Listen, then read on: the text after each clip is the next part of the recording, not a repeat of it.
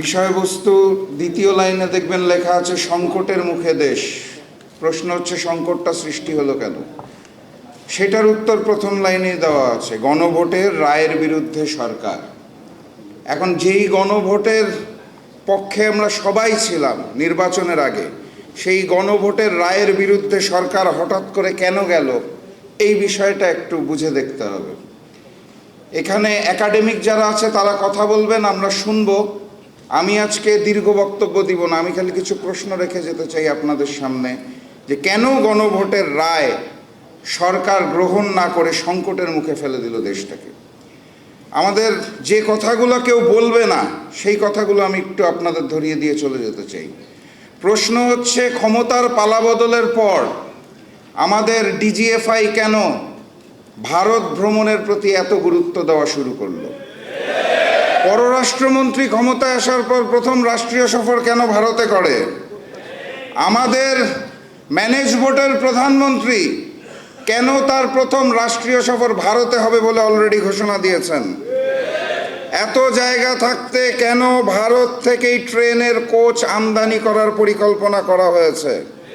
যেই ভারতে সার নাই, তারা চায়না থেকে সার আমদানি করছে, সেই ভারতের কাছে যাদের নিজেদেরই নাই, তাদের কাছে আমরা কেন সার চেয়ে প্রস্তাবনা পাঠাচ্ছি?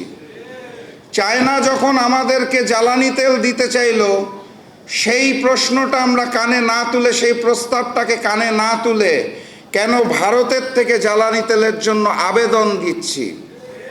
জুলাই জাদুঘর উদ্বোধন না করার পিছনে কাদের ষড়যন্ত্র চলছে? কেন সন্ত্রাসী সংগঠন ইস্কনকে বাংলাদেশে 120 কোটি টাকার জমি মাত্র 2 লক্ষ টাকায় তুলে দেওয়া হয়েছে? ব্যাংক লুটেরাদের হাতে আবারও কিভাবে করে ব্যাংকগুলো তুলে দেওয়া হচ্ছে? প্রশ্ন করতে হবে, শিলং থেকে ট্রেনিং প্রাপ্ত সেই নেতা যিনি বর্তমানে বাংলাদেশের প্রক্সি প্রধানমন্ত্রী, তার হাতে কেন আমার এই সোনার বাংলা?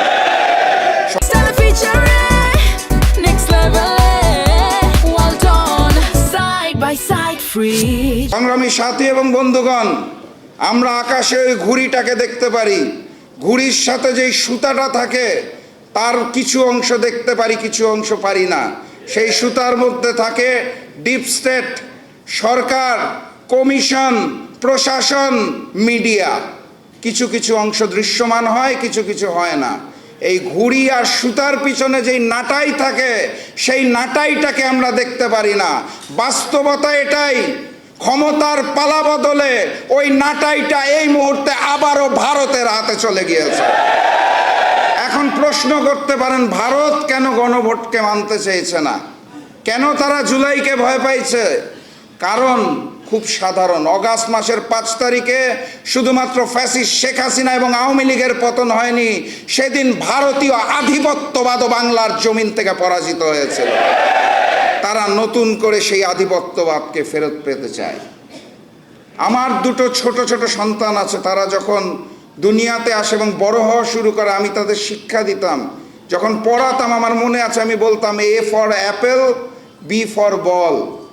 হিন্দুস্তান, ভারত আমাদের শিখাতে চায় A for Awami League, B for BNP. ভারতের পরিকল্পনায় আওয়ামী লীগের অসমাপ্ত কাজকে পূরণ করার জন্য যেই বিএনপি দায়িত্ব গ্রহণ করেছে, সেই বিএনপি এবং ভারতের আধিপত্যবাদকে আমরা মেনে নেব না ইনশাআল্লাহ। কথাবার্তা পরিষ্কার। 1 জুলাই গিয়েছে, আরেক জুলাই আসবে। 1 গণ অভ্যুত্থান গিয়েছে, আগামী গণ অভ্যুত্থান আসতে যাচ্ছে। যদি না হয় সংসদে, সমাধান হবে রাজপথে। নতুন গণ অভ্যুত্থানের প্রস্তুতি নিন, দেখা হবে বিজয় ইনশাআল্লাহ। বিজয়ের পথে যাত্রা শুরু, জীবন অথবা মৃত্যু। আসসালামু আলাইকুম।